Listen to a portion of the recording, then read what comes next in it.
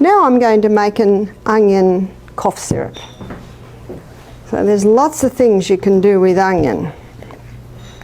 So I've chopped up an onion, and I'm going to put approximately a teaspoon of honey on top of there, and then another layer of onion, and then another teaspoon of honey, and another layer of onion.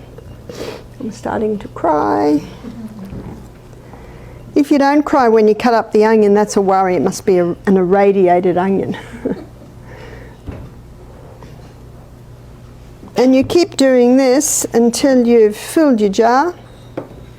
This is just the right amount. And then you let that sit for 24 hours. After 24 hours, you will have a syrup.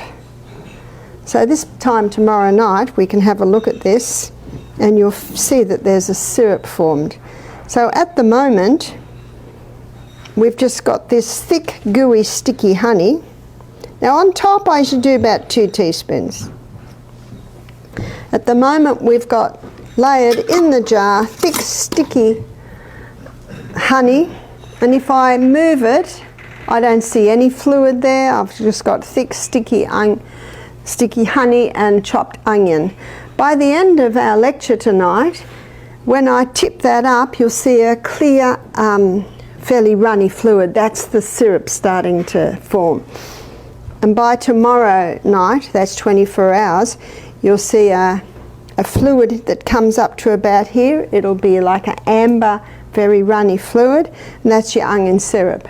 And you can strain your onion out, and you can keep that cough syrup in your fridge